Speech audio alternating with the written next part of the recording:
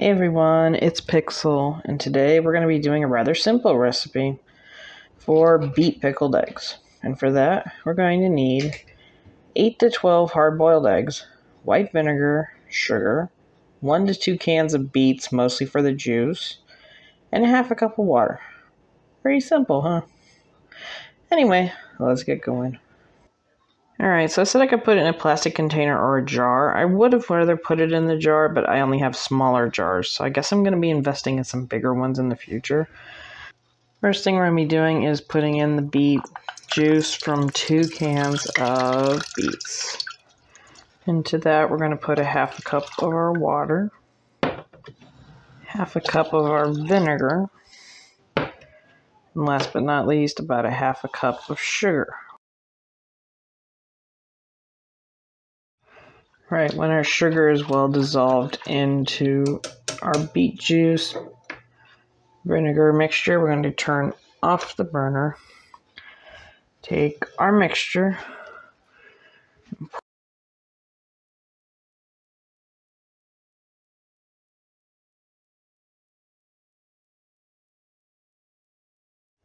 right, I'm going to let that cool off a little before we put our cover on, and it is going to need to go into the refrigerator, tightly closed.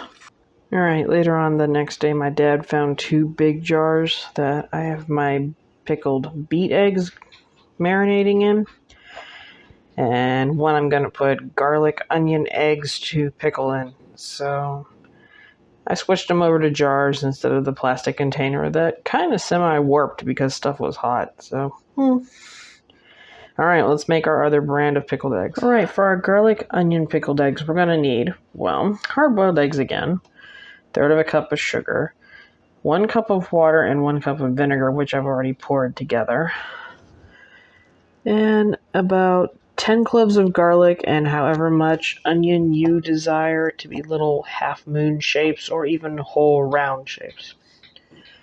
And a jar big enough for it. We are going to add our vinegar and water to this pot. And the only reason we're going to get it to a rolling boil is to add our sugar in and give it a minute or two to dissolve in there. And once our water is starting to boil, we will pour our sugar into it. And take our whisk and make sure that is well mixed together. And when you can't see the sugar in the water vinegar mixture anymore, we will shut off the heat and let it cool down a little before assembling our eggs. Okay, while our water mixture is cooling down, we're going to take some of our garlic and onions. I'm going to start layering our eggs and the garlic onions into our jar.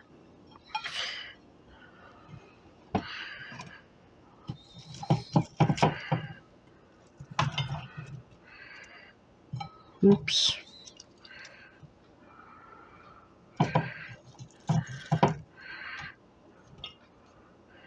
Remember to leave a little bit for the top, but not a whole ton, because we don't have a million eggs to fill this whole jar. So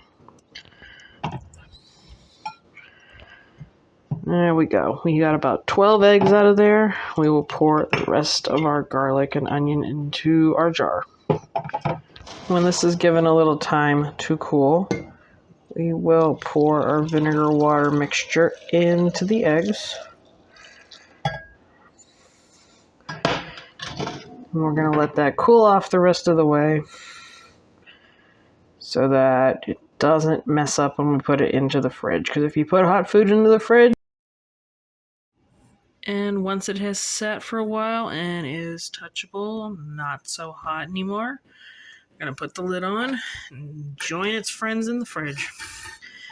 I originally said I was only going to be pickling these for a few days, but I'm going to turn that into weeks because the red beet ones are just better the longer they sit. And I'm sure these will be the same way. So, here we go.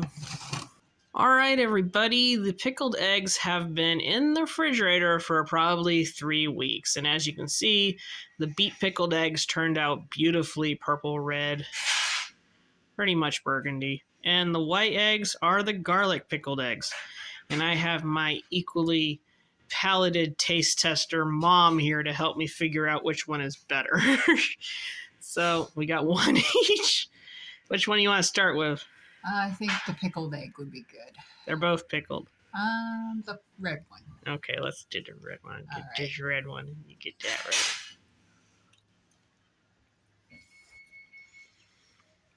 right. That are really good. That tastes amazing. That is really good. You can tell it. You can really taste the pickle flavor in it, but it's not overpowering at all. Nice flavoring it completely. You can taste the beet. Mmm. Way to almost, swallow your egg wrong, Heather. I was trying to put my finger on it, what I was tasting, and I think it's the beet you're talking about. Well, to do this one, because you weren't here, I added sugar, water, vinegar, and beet juice, and actual beets in there too. So I like this. This is really good. Reheat it if you're interested. Yeah, that's almost the one I like. I can't say the best. I haven't tried the other one yet, but you get the point. I'm going to put mine right back on my side. Eat mine. Are you kidding? Good. I mean, I'll eat mine after, too. We're not taping right now, are we? Yeah, but I can cut it out. I really don't care. I'm going to because... Yeah.